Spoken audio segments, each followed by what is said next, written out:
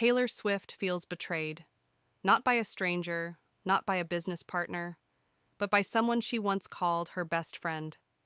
After months out of the spotlight, Taylor emerged this Mother's Day weekend holding hands with Travis Kelce, shutting down breakup rumors, but sending a message of her own.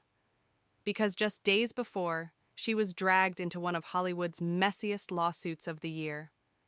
And it's not just tabloid noise. Taylor has now been officially subpoenaed, legally pulled into a lawsuit between Blake Lively and Justin Baldoni over the film It Ends With Us. What started as a private legal battle has now escalated into a tangled web of celebrity influence, broken friendships, and accusations of manipulation. And according to new reports, Taylor Swift believes Blake exploited her name and influence in a way she can't ignore. So, what really happened behind closed doors? Why is Taylor being forced to testify? And is her decade-long friendship with Blake Lively really over? Let's break it all down. The chaos traces back to the adaptation of It Ends With Us, a best-selling novel by Colleen Hoover. Justin Baldoni, actor and filmmaker, was directing and co-starring in the film alongside Blake Lively, but things quickly went south behind the scenes. According to Baldoni's legal filings, Blake became increasingly assertive during production, especially when it came to rewriting key scenes. One moment in particular, a rooftop scene, became the center of a growing power struggle. Blake allegedly wrote her own version of the scene and presented it at a meeting that would later become central to the legal firestorm. That meeting didn't happen on set. It happened at Blake's Manhattan penthouse, which she shares with husband Ryan Reynolds. And according to Justin's complaint, she wasn't alone. Taylor Swift was reportedly there, not just mentioned in passing, actually present. Blake allegedly read her rewritten scene, Ryan praised it, and Taylor agreed. She loved it. To Justin, this wasn't a casual get-together. It was leverage. A moment where Blake, knowingly or not, used her celebrity circle to apply pressure. The unspoken message: my husband and my best friend, the biggest pop star in the world, think my writing is brilliant. Why don't you? And things didn't stop there. In a now widely circulated text message, Blake compared herself to Daenerys Targaryen from Game of Thrones. She wrote, "If you ever get around to watching Game of Thrones, you'll appreciate that I'm Khaleesi, and like her, I happen to have a few dragons, gorgeous monsters of mine. You will too, I can promise." To fans and legal analysts alike, the implication was clear. Those dragons were the powerful allies in her life, namely Ryan Reynolds and Taylor Swift. Whether meant as a threat or just poetic flair, it added weight to the idea that Blake was intentionally leveraging her inner circle. And it dragged Taylor deeper into the drama, even before any legal notice had been served. Then it happened. Taylor Swift was subpoenaed, no longer a rumor, no longer a tabloid tease. She was officially, legally required to participate in the lawsuit. The internet exploded. Would she testify? Was she forced to pick sides? And was her name being used without her consent? Taylor's legal team responded swiftly and forcefully.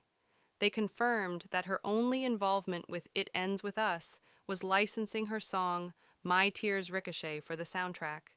She had never visited the set, never helped cast the film, never edited a scene, and had no input in creative decisions.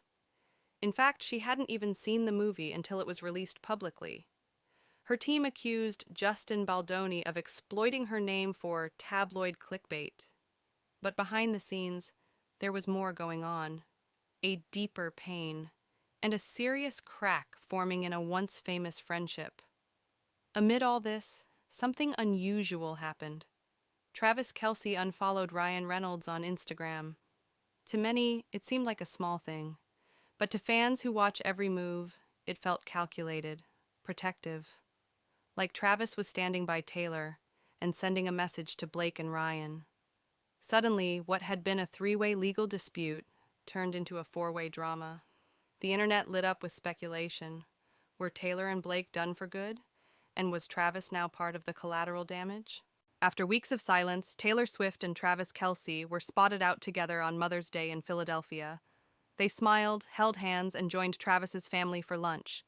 It should have been a feel-good moment, but according to reports from the Daily Mail, it carried deeper meaning. Insiders say Taylor was devastated to be dragged into the lawsuit, and that she blames Blake for allowing her name to become part of the public spectacle. One source said, Taylor has been aware that Blake has been exploiting her name for a while now, but this subpoena takes it to a whole new level. Another insider flat out denied the claim that Taylor approved the casting of actress Isabella Ferrer, despite earlier interviews suggesting otherwise. Taylor's silence had ended, and it spoke volumes. Adding fuel to the fire, fans dug up past interviews from the cast of It Ends With Us, where Taylor's involvement was mentioned repeatedly. Some said she helped select cast members. Others implied she was part of the audition process. Blake herself described Taylor as being deeply involved emotionally, supportive, present, even reading drafts. So what's the truth? Taylor's team insists she had no creative role, that anything she said or did as a friend was being twisted into something far more strategic, and that her kindness was weaponized. To fans, it feels like a betrayal, the kind you don't recover from easily. As of now, Taylor Swift is still under subpoena. That means she could be required to testify in court, give a sworn deposition, or provide documents related to her involvement, however limited it may be. Blake Lively is also expected to testify. Her legal team has hinted at live witness accounts, documents from Sony Pictures, and evidence of what they claim is a retaliation campaign launched by Justin Baldoni. But what started as a legal case about workplace power dynamics is now a cultural lightning rod, wrapped in fame, friendship, and female loyalty. And the internet isn't done dissecting it. Taylor Swift and Blake Lively were once inseparable. Godmother to Blake's daughters, publicly supportive, constant presences in each other's lives. Now, it appears that relationship has fractured, maybe permanently. Whether Taylor ends up on the witness stand or not, her statement is clear. She was dragged into something she never signed up for, used, exploited, and perhaps worst of all, by someone she trusted. In the world of celebrity, it's rare for true friendships to break under the spotlight. But when they do, it's impossible to look away. Because sometimes it's not a breakup between lovers that stings the most, it's the one between best friends.